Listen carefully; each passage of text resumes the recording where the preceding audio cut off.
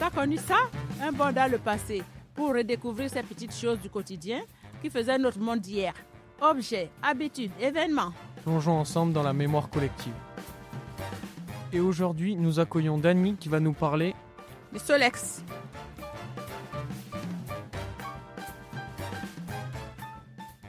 Ce nom rappelle de bons souvenirs pour les anciens, mais pour les jeunes, très peu.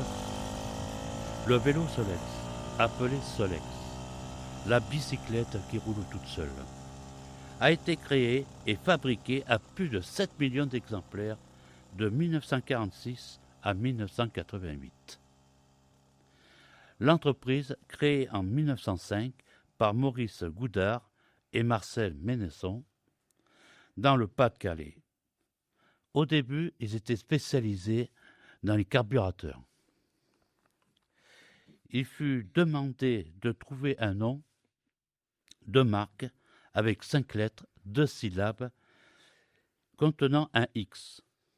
À l'unanimité de l'entourage des créateurs de l'usine, a adopté Solex, et qui a été mis en 1910.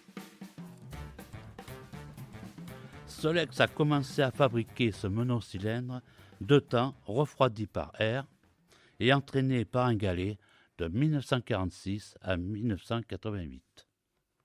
De nombreux modèles furent construits. Et le premier, donc en 1946, le 45cc avec un moteur de 45 cm3.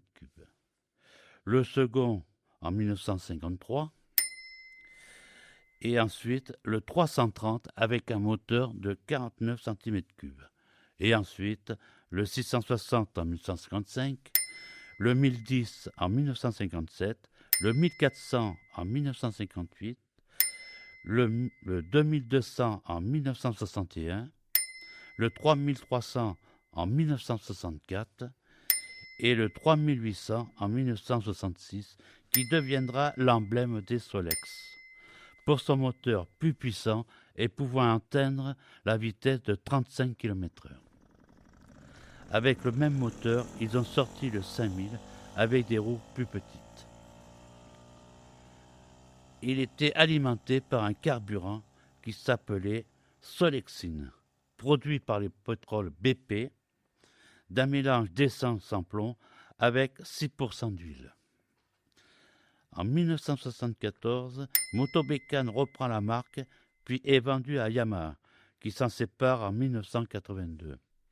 Une tentative de relance a lieu en Hongrie de 1998 à 2002, sans grand succès, fabrication de mauvaise qualité. Depuis, seuls les anciens Solex fabriqués en France continuent de rouler, mais cela devient rare. Par cette rubrique, j'espère vous avoir donné envie d'en savoir un peu plus sur ces vieux engins.